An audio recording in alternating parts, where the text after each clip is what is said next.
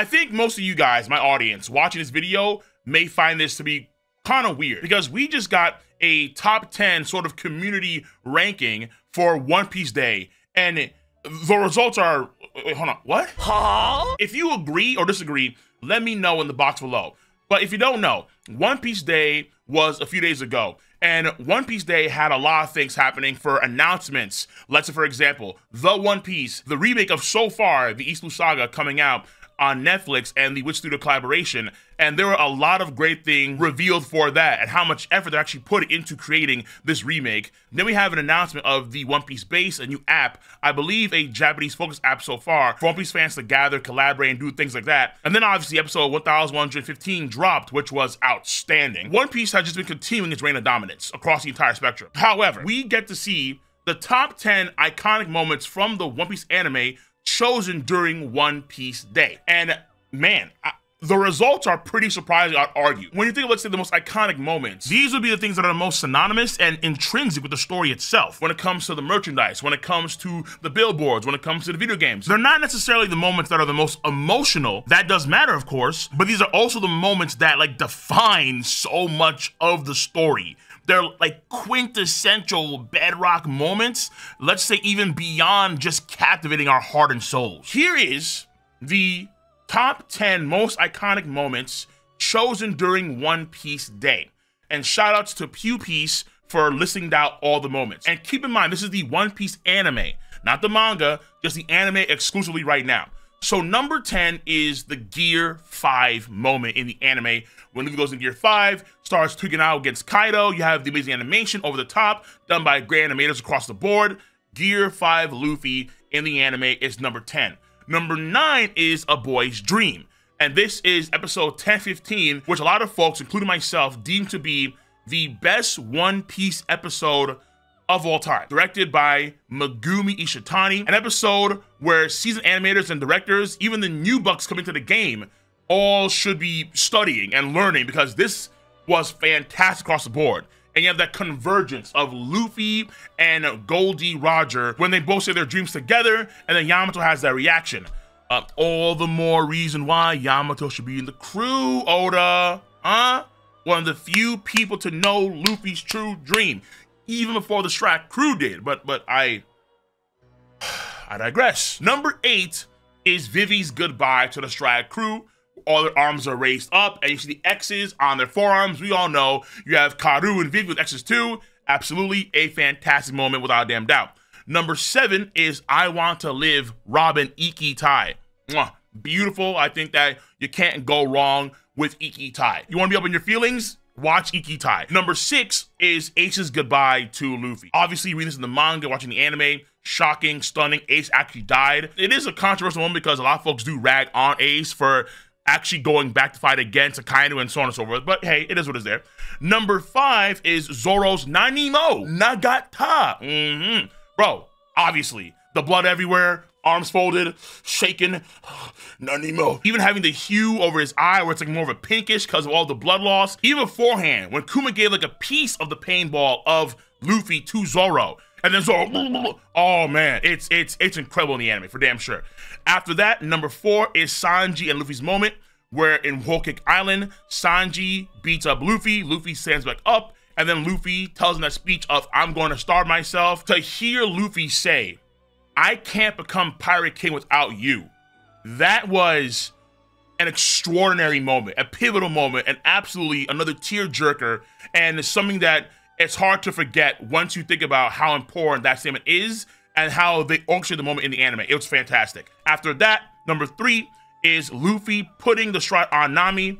I mean, this is easy. This is easy because from then you get the East Blue Straw Hats all posed up. You have Usopp, Sanji, Zoro all posed up next to Luffy. Nami, they're all there, and then they poked all along par. And that was something that I was kind of concerned about at first for the live action of One Piece, where would they actually have Nami properly stab herself in the shoulder to try and get rid of the Arlong Park tattoo. And then live action, Emily Rudd did a great job of that scene for damn sure. It was emotional, it was tearjerker. It's one of the most iconic scenes through and through. After that, number 2 is Corazon. Corazon's piece to Law As they close the treasure chest, silence over the chest makes sure that no one finds Law, and Rocinante walks over to Doflamingo to ultimately effectively die. But it is a heavy moment for damn sure. When it comes to the Bonnie Kuma stuff, you can debate about that all you want to, but people still put Law's flashback as the #1 flashback, even after that flashback, even after the most recent crazy flashback. And then finally, the #1 most iconic moment in One Piece history, chosen during One Piece Day, is Farewell to Mary. Mary! Mary talking to the crew, Mary on fire, the whole crew on that ship.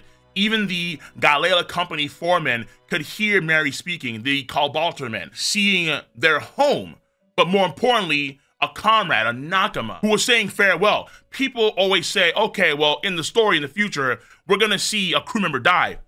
We have, and that's Mary. The fact of the matter is that Mary had a soul, had a Kalbalter man. Mary went on, Mary passed on. And Mary, we know somewhere on high, is watching the Strack crew go through their journey right now. You even see like the mini Mary, almost like Mary's child, if you will, that Frankie made. That was also a very touching moment in the future. These are the top 10 most iconic moments in One Piece. Again, chosen during One Piece Day. So I would say, obviously, there's some pretty weird choices going on here. Where Rocinante is a great character, for sure. Law's flashback is brutal, and it's sad, and it's emotional. But is it actually in the top 10, let alone top 5, let alone top 2?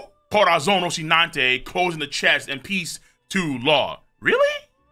When there are so many more moments that you see on the merchandise, in the video games, in the anime itself that are referred to time and time again? No. I really do feel like the top 10 that we saw for One Piece Day was more like the top 10 most emotional moments in One Piece, the moments in the story that tugged on our heartstrings the most. So I did go through briefly my own top 10 as to how I would like perceive the most iconic moments in the story. But if you want to, for sure, make your own top 10 in the comment section down below. And when you do that too, make sure to support your boy's content with a thumbs up, subscribe to the channel, and click on that bell to join the notification squad. My number 10 starts off appropriately, I think, with Blackbeard's introduction. I was really surprised to not see Blackbeard's introduction with the cherry pies, let alone that.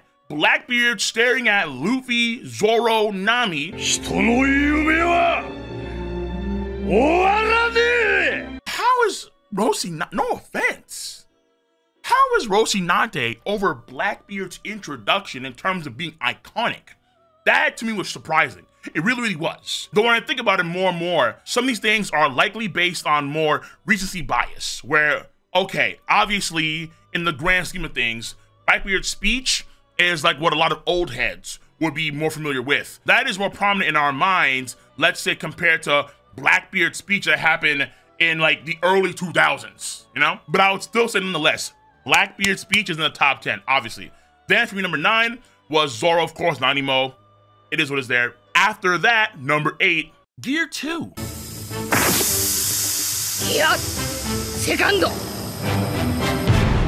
The first Gear 2 transformation. Again, maybe it's an old head thing here, maybe.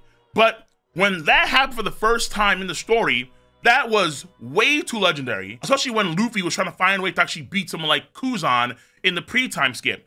And it opened up a whole new paradigm, a whole new window for Luffy could do at that point in time in the story. And it's so iconic where you do see, like, let's say artists and athletes, mainly athletes, they use the Gear 2 pose, so like, let's say the intros. I've seen it a few times over the years, let's say during the Olympics, where people go into the Gear 2 stance. It's even reused for Luffy to go back into Gear 5. I'm surprised that Gear 2, the stance itself, didn't make it onto the top 10 most iconic moments. It's not a tearjerker, no. I wonder if you have more folks have a poster of Gear 2 Luffy posed up. Let's say rather than Nami crying or Sanji crying or Zoro's Nanimo. It's the Gear 2. It's the Gear 2. So that to me is the number 8. Number 7, like with Zoro's Nanimo, stays on there. The Sanji and Luffy moment on Whole Cake Island. And honestly, it is kind of like one of the main segues that does help make Sanji, at this point in time, the best written character in the entire story of One Piece. And it's also in recent memory. People remember that more than, let's say, the Gear 2 moment back in the day. Now, after that, Robin's I Wanna Live. Number 6, it stays there, in my personal opinion. You can't really go wrong with Robin's moment. Though I think that also with Robin's moment, we have to also conjoin Usopp sniping the flag. At the time, Sogeking is being ordered by Luffy to snipe that flag, and then they declare war on the entire world government. I think a lot of folks are conjoining Robin's I Wanna Live with that moment as well, which is a great moment for sure. If the entire world were their enemies, they would still do their best to save their Nakama, to save their ally, to save Robin, even if she didn't necessarily want to be saved. And all they need to hear was those words, I wanna live. It does open that window for the importance of Straw Hat crew and the scope of the story for the future as to how the world view them, the Straw Hat Pirates. After that, my personal opinion, number 5 is the Gear 5. In a similar way, let's say Gear 2, the iconography, the images, the homage to Gear 5 is everywhere across the spectrum. Last year, 2023, I went to a few events and cons, Anime Expo, Anime NYC, and so on, and you couldn't escape Gear 5. The only way you were avoiding spoilers for Gear 5 is if you were Luke Skywalker in The Last Jedi. Completely off the grid, damn near off-world. But also, among like all the paradigm shifts in the story, it probably is like the biggest one, you could argue. Because even though all he's doing is that he's awakening his powers, the Gum Gum fruit, or now the Mado Nika fruit, the abilities themselves have a lot of in-world story importance, far more than they had before he awakened his powers. Honestly, Luffy could literally be in Gear 5 form when he first lays eyes on the One Piece. So when you had Roger laugh, you have Luffy laugh, and he could genuinely be in that Gear 5 form, only elevating its importance in the future. So Gear 5 is just too important in the grand scheme of things, what happened at that point in time, and then moving forward in the future. Absolutely. After that, number 4, Whitebeard's death. I mean, like, dude, whoa. I felt, I'm not gonna lie to you, I felt that Whitebeard particularly got snubbed. I would argue, in terms of more iconic, Whitebeard's death is over Ace's death. That may be controversial there. Ace's death was sad. It was tragic. But Whitebeard's death was epic. It was inspirational, damn near, because he says the same words that Goldie Roger says. He ushers in another pirate surge upon his death. And when you have that jacket go off, and then you have the stats of the bullet wounds, the stab wounds, the cannonball attacks, and so on, and how there wasn't a single scar on this man's back, I'm like, bro, no. To me, I would argue Whitebeard's death is something that folks will remember more regularly at a higher esteem than Ace's death. Ace's death was pretty sad, for sure. But like I said before, there are folks that do view Ace's death in a negative light. However, very, very, very seldomly do I ever hear folks viewing Whitebeard's death in a negative light. Whitebeard was all Studley. He was all world. He was all world. There's not a single person, I think, whether it's a non-One Piece fan or a One Piece fan, that doesn't know Whitebeard and that doesn't know what happened when he passed away. So I would say number 4 has gotta be Whitebeard. Number 3 is Luffy putting the stride on Nami. I would agree with that one. And I also conjoined that with the walk.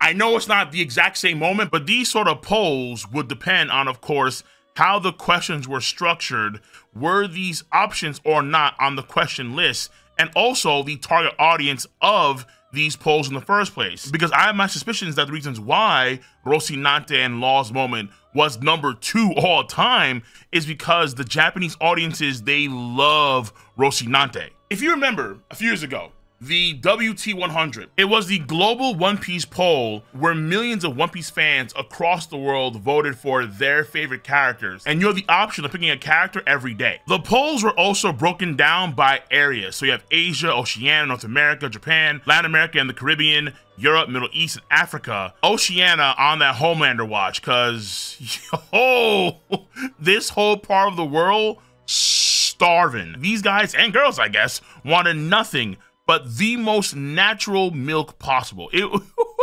crazy. But the key thing here for this video right now is the Japanese poll. Very, very likely the country that matters the most in these polls. Duh. And you can see how Rocinante Corazon is number 10. The highest Rocinante, the highest Corazon ranking for the WT100 a few years ago. And that will explain why, when it comes to the most iconic moments, Rocinante and Law's moment with the piece, that's number 2. Even though I'd argue it doesn't deserve to be on the list, because Number 2, I'd argue, is Farewell to Mary. I think that's standard. Even though, let's say, non-One Piece fans do rag on it, they know of Mary going out. They know the crew watching Mary be destroyed and crying in the process as Mary talks to them. Ace's death, Whitebeard's death, Mary's death, you obviously can't go wrong there. But number 1, I think it's obvious. How is this not the most iconic moment in One Piece? It's Shanks putting the straw hat on Luffy when he's a kid. That is like literally everywhere. It's chapter 1. It's early story One Piece. It's used for the promotions, the figurines, the ads. It's the most important thing for the main character. The thing he's wearing, straw hat, Luffy, duh. To me, that is just indisputably the most iconic moment in One Piece. Actually, I'll kind of lie and just say it should be a 3-way split. I'm kind of cheating here, but it's fine. It's my video. I would say it's that moment plus Shanks having his arm taken off and then saving Luffy from the Sea King, and then also Gold D. Rogers' execution. These 3, I think, are by far and away the most iconic moments in One Piece, because it's part of the story that is inescapable, and it's used on a regular basis across all mediums, even the trading cards. It's used everywhere. You can't escape it. It's more than a standard affair. It is literally the beginning of what Luffy is today. Now, for some honorable mentions, I would have things like Vivi's farewell to the Straw Hat crew, Luffy beating Usopp, Stride over his head, Luffy crying, Usopp on the ground crying, episode 1015 of Boys Dream for damn sure, Zoro having his sword up, hello, I'll never lose again, Baratie, Chopper seeing the pink sakura bloom in Drum Island, or let's say, of course, Dr. Hidaluke's speech about when a man truly dies, Sky Pia Faithful's no, Sanji saving Usopp, and then taking NL's L Thor, lighting that sig, thanks for the light, dude, absolute. Roger laughed. So yeah, One Piece does have a plethora, a slew of moments that are worthy of being the top 10 most iconic moments in One Piece, for sure. I ain't gonna lie to you, bro. I feel like Rocinante and Law, not to say it's not a competitor, but it's not a number 2 spot competitor. It's a competitor, absolute. But number 2? Way too high. Way too high. But let me know your stance on the subject matter at hand.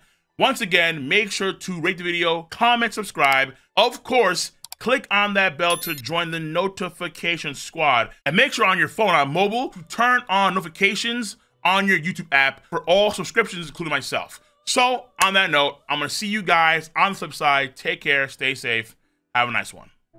See you. Bye bye.